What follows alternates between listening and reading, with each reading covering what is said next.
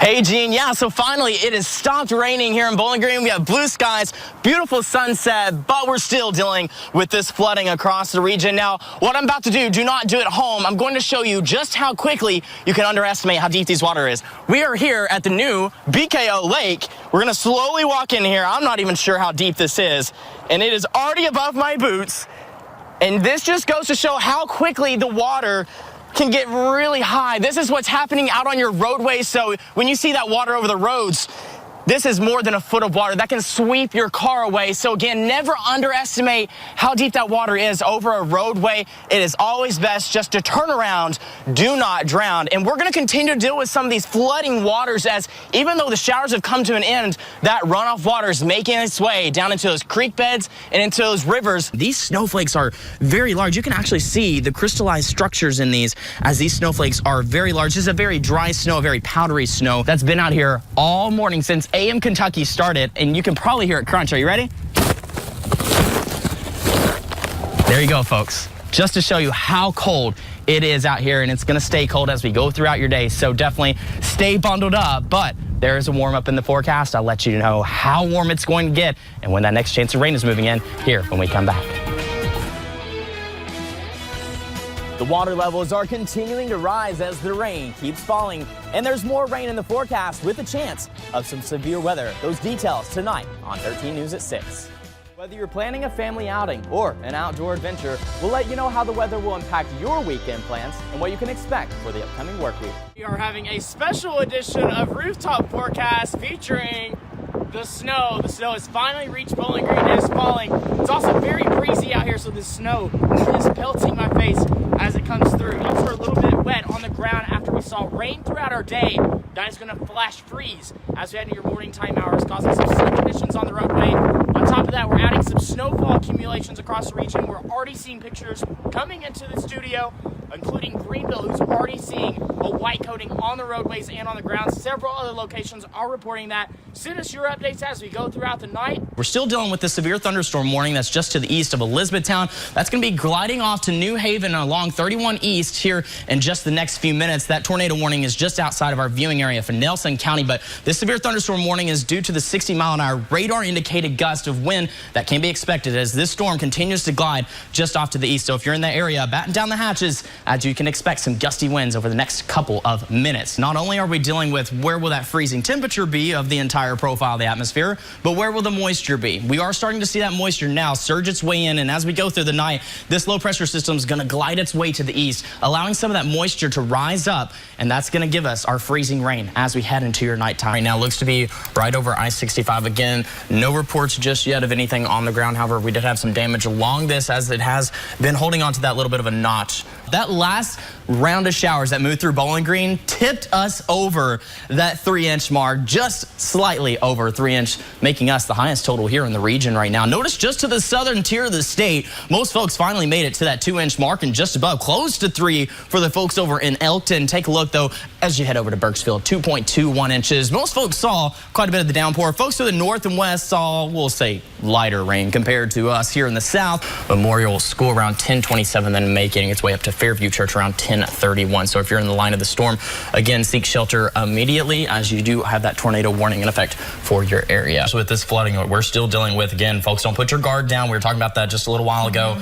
Just because the rain's come to an end doesn't mean the flooding's going away. In fact, those water levels are still rising, because where the rain falls, it's going to go to the lowest level, and that's going to be your creek beds and those rivers, and they're still rising. And Darby, it feels like it has rained all month, honestly. I think I've told you that every day. I know you've worked on calculating this. What did you find out? So we've actually found out, take a look at the statistics. For the month of February, we have actually seen one of the wettest Februaries. Right now, we are pacing at the second wettest February of all time, and we are very close to that wettest overall. Now, here's just a little breakdown of those day-by-days. 16 of our days, we have hit at least a trace of precipitation. Check out this. This is very impressive. 5 days, we have reached over an inch of rain, and you calculate that 16 of our 24 days this month, at least a trace of precipitation. That means 66% of the month of February has seen some form of rain or snow. So it has been a very wet month. In fact, we're pacing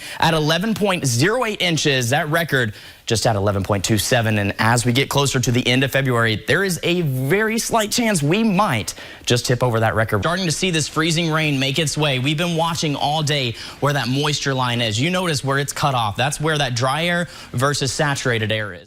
First Alert Weather, sponsored by MedCenter Health.